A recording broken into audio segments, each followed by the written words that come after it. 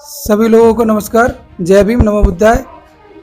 आज हम इटावा की जो हाईलाइट खबर है, जो जातिगत आधार पर जो वहाँ पर घटना हुई है, हम उस पर चर्चा करने जा रहे हैं। मेरा नाम लाल सुमन प्रकाश है और हम लाल सिंह सोशल क्रिएटर चैनल के माध्यम से इस बात को करने जा रहे हैं। और मेरे साथ में भमलेश कुमार है और अर्जुन कुमार है, जिस पर जो जातिगत घटना हुई है इटावा के अंदर, उस पर हम चर्चा करने जा रहे हैं। और जो देश में ऐसी व्यवस्थाएं हैं, ऐसी व्यवस्था जो जातिगत आधार पर लोगों को बांट रही हैं, जो कब तक मतलब लोग बटेंगे, किस आधार पर लोग बटते रहेंगे। इस लोगों को जोड़ने के लिए क्या अम्बेडकरवादी जो कारवा है वो हल्का पड़ रहा है? क्या हमारा जो अम्बेडकरवादी विचारधारा लोगों के अंदर नहीं जा पा रही है? ऐसा क्या कारण है जो लोगों के अंदर अम्बेडकरवादी विचारधारा नहीं चली जा पा रही है? इसके लिए हमें किन किन मुद्दों पर काम करना चाहिए, किन किन मूल्यों पर काम करना चाहिए, इस चर्चा को देखते हुए आज हमने मीटिंग रखी हुई है आज, जिस पर हम वीडियो बना रहे हैं। और इसी मुद्दे पे मैं अपने दोनों भाइयों से बात करना चाहूँगा।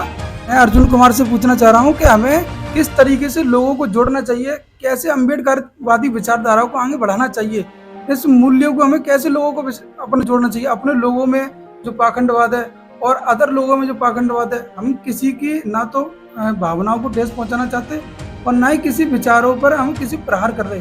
हम तो ये कह रहे हैं कि हमारे देश में शिक्षा, समानता और जो संगठित वाली व्यवस्था अम्बेडकर ने दी है, उसको हमें कैसे लाना है, इस विचार को मैं अर्जुन कुमार से पूछना चाहता हूँ। सभी को मेरा नमस्कार, जय भीम। और इन्होंने पूछा है हमारे बड़े भाई लाल सुमन प्रकाश जी, जो बहुत ही अच्छा बोलते हैं और बोलते आ रहे हैं, बहुत ही काम कर रहे हैं। और इन्होंने पूछा है कि ये दानपुर और इटावा के, उत्तर प्रदेश के इटावा में जो कांड हुआ है, जाति सूचक इनको गाली भी दी गई हैं और ये ब्राह्मणवाद लोगों ने इतनी गंजे भी कर दिए, उनको नाक से रगड़वाया भी, बहुत ही गलत तरीके से इनके साथ प्रभाव किया है। और जो अमानवता फैलाई है उन्होंने, तो इस तरीके से हम लोगों को मतलब कैसे ये लोगों के अंदर जो जातिगत बुराइयां हैं वो कैसे दूर होंगी, किस तरीके से हमें अपने समाज और अदर समाज को जोड़ना है, मतलब हमारा भारत एक भारत में बने, हमें किस तरीके से ये हमारे मोदी जी और जितने भी संत महाराज हैं, सब बोलते हैं हिंदू राष्ट्र बनाओ। कैसे बनेगा हिंदू राष्ट्र? तो हिंदू राष्ट्र से क्या जातिवाद मिट जाएगी? नहीं, जातिवाद तो नहीं होगा, क्योंकि हिंदू राष्ट्र में पहले भी जातिवाद थे। तो हमारे अर्जुन भाई बोल रहे थे कि हिंदू राष्ट्र बनाने की जो बीजेपी सरकार है बात करती है।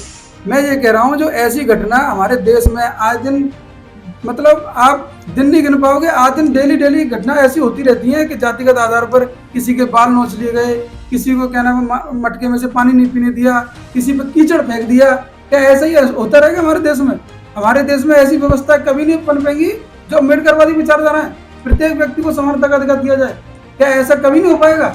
ये अपनी हिंदुत्व की राजनीति कर रहे हैं। क्या हिंदुत्व की राजनीति से हमारे देश में से समानता जो बन पाएगी, असमानता मिट पाएगी? मैं यही वाला सवाल पूछना चाह रहा हूँ अपने भाइयों से कि ऐसे हिंदू जो राष्ट्र जो बनाने का प्रयास कर रहे हैं बीजेपी सरकार, क्या इससे हमारे देश में प्रत्येक व्यक्ति को जो समानता की आज़ादी है और शिक्षा की आज़ादी है वो मिल पाएगी?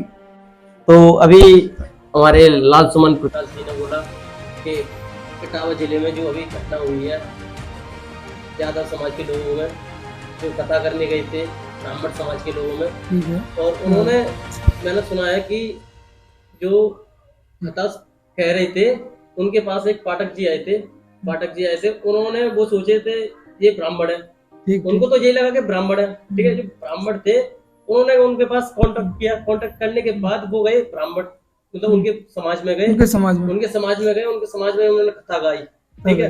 2 दिन कथा चलने के बाद उनको खाने पे बुलाया गया, उनसे पूछा कि आप किस जाति के हो, उन्होंने बताया कि हम, पहले तो उनका आधार कार्ड देखा, तो आधार कार्ड देखने के बाद वो एक बोल दिया उन्होंने कि शास्त्री जी ने मेरे पास आधार कार्ड नहीं है।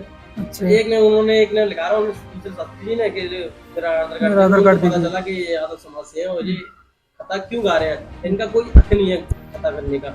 अब तो ये बताओ उनका क्यों हक नहीं है? तो मैं यही चीज़ हमारे विचारों में यही चीज़ आ रही है कि हमारे देश में क्या इन पाखंडवादी लोग, चाहे वो किसी भी समाज से हो, मैं तो ये कहना चाहता हूँ अर्जुन भाई, चाहे वो किसी भी समाज से हो, क्या ये पाखंडवाद लोगों के दिमाग में से क्यों नहीं जा पा रही है? हमारे देश में इतना सुंदर, पूरी दुनिया से सुंदर संविधान हमारे देश में है, ऐसा किसी भी दुनिया में नहीं है। इतना खूबसूरत संविधान हमारे देश में आज तक इम्प्लीमेंट नहीं हो पा रहा है। क्या लोगों के दिमाग में ये कभी नहीं जा पाएंगे? ये संविधान पे चले तभी हो सकता है। ये संविधान पे ना चलने का नतीजा है और कुछ नहीं है। संविधान पे चलते तो ये वाला कांड भी नहीं होता। और इतने ब्राह्मण समाज के लोग हैं, ये उनका काम क्यों है? ये और भी तो कर सकते हैं। उनके पास ज्ञान है, इनके पास ज्ञान है, आपके पास ज्ञान है, आप भी तो बोल सकते हैं। कथा आपने भी कथा भगवत गीता पढ़ी है, सब पढ़ा है। मैं इसी बात को तो कहना चाहता हूँ, चाहे वो किसी भी धर्म संप्रदाय जाति से हो, किसी भी व्यक्ति को कोई भी ज्ञान अर्जित करने का पूर्ण रूप से अधिकार है। और किसी को ये कहने का अधिकार नहीं है कि तुम यादव हो, तुम ब्राह्मण हो, तुम क्षत्रिय हो, तुम वैश्य हो, तुम शूद्र हो, कि तुम ये काम नहीं कर सकते। अगर कोई व्यक्ति योग्यता रखता है, वो कोई सा भी काम हो उस काम को कर सकता है। ये हमारा संविधान हमें आज़ादी देता है। और ये लोग जो पाखंडवादी विचारधारा के व्यक्ति हैं, ये लोगों के दिमाग में क्यों नहीं आ पा रही है? क्या इनके लोग संविधान की रक्षा में नहीं रह रहे हैं? अगर ये लोग संविधान को नहीं मान रहे हैं तो फिर ये नहीं ले संविधान की रक्षा। उन्होंने अपना एक तरीका का सच्ची बताऊं तो उन्होंने अपना धंधा बना रखा है। अच्छा, उन्होंने अपना धंधा बना रखा है। जो ब्राह्मण समाज के लोग कथा गाते हैं, जिन्होंने सोचा है कि सबरा ये हमारा धंधा है, क्योंकि उनके पास कोई काम है। मतलब आप कहना चाह रहे हैं कि उनका ये ऐतिहासिक काल से, हजारों साल से ये इतिहास चला रहा है कि हमारे काम जो पंडितगिरी के, जो ब्राह्मणगिरी के काम है, जो पाखंडवाद के काम है, सिर्फ हम ही कर सकते हैं और कोई नहीं कर सकता। मतलब ये लोग शुरू से ही इस तरीके से अपने जीवन को यापन करते आए हैं कि दूसरे पर निर्भर होकर के। और यही वाली बात अगर मैं सच्ची बताऊं आपको, ये हम ही लोगों से चल रहे हैं, हम ही लोगों से चल रहे हैं। हम नहीं बुलाए इनको, हम नहीं बुलाए तो उनको कोई खाना भी नहीं देगा, कोई खाना भी नहीं देगा, इनके घर के चूल्हे नहीं जलेंगे, बताओ। तो मैं इसी के आधार पर मैं कमलेश से पूछना चाहता हूँ कि आपके क्या विचार हैं? मेरा नमस्कार, कमलेश कुमार। जैसा कि भैया ने बताया और हमारे अर्जुन भाई ने भी बताया कि हमारे देश में समानता की कमी चल रही है, क्योंकि उसका एक मूल कारण मैं बताना चाहता हूँ भैया और आपको भी। तो उसका एक मूल कारण यही हो सकता है कि लोगों के भीतर, लोगों के मन में जो उनकी मूल मानसिकता है, जो पुरानी मानसिकता चली आ रही है, उसका विकास नहीं हो पा रहा, वो नहीं डेवलप हो पा रही है। उसका विकास ना होने का कारण सिर्फ शिक्षा है। और शिक्षा का कारण और जो निर्भरता है वो हमारी गवर्नमेंट है, हमारी सरकार है। अगर शिक्षा पर हमारी गवर्नमेंट सरकार काम नहीं करेगी और समाज को एकता का मार्ग और समानता का मार्ग नहीं दिखाएगी, जब तक हमारे समाज का, हमारे देश का विकास नहीं होगा और उत्थान विकास नहीं हो सकता है।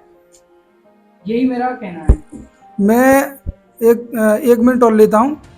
दोनों भाइयों ने मेरे ने बहुत अच्छी बात करी कि हमारे देश में शिक्षा का विकास जब तक नहीं हो पाएगा, जब तक लोग संगठित नहीं हो पाएंगे, जब तक हमारे लोग मतलब एक जागरूक रूप से अम्बेडकरवादी विचारधारा पर नहीं आ पाएंगे, तब तक मतलब हम लोग एक नहीं हो पाएंगे। तो मैं तो यही कहना चाह रहा हूँ कि जो व्यक्ति निचले वर्ग के व्यक्ति को, जो ब्राह्मण समाज के व्यक्ति हैं और जो पाखंडवादी विचारधारा के व्यक्ति हैं, जो हमारे जो निचले समाज के वर्ग के व्यक्तियों पर ऐसे अत्याचार करते आए हैं, तो मैं तो अपने समाज के वर्ग के व्यक्तियों से यही कहना चाह रहा हूँ कि वो इतने पढ़े लिखे जाएं, इतने मजबूत हो जाएं कि इनको ये बता दें कि हम हैं अम्बेडकरवादी और हमारे सामने कोई नहीं है। हमारा इतिहास चला आ रहा है चंद्रगुप्त मौर्य के साम्राज्य, अशोक सम्राट के साम्राज्य से, कि हम लोग कितने शक्तिशाली, कितने मजबूत रहे हैं। हमारा समाज किसी भी, हमारे जितने भी महापुरुष हैं वो स्वाभिमानी रहे हैं। हमारे महापुरुषों ने कभी भी किसी के नाक नहीं रगड़ी है और हमेशा स्वाभिमानी तरीके से काम किया है। तो मेरे समाज से, सिर्फ मेरे अपने खुद के समाज से जे मतलब जो अनुरोध है, और मैं उम्मीद भी करता हूँ कि वो इतने मजबूत हो जाएं, इतने स्वाभिमानी हो जाएं कि कोई भी समाज का व्यक्ति, कोई भी पाखंडवादा विचारधारा का व्यक्ति उनसे आंख से आंख मिला करके बात न कर पाए। मैं इसी के साथ में अपनी विचारों को, अपनी बातों को विराम देना चाहता हूँ। सभी को जय भीम, नमो बुद्धाय।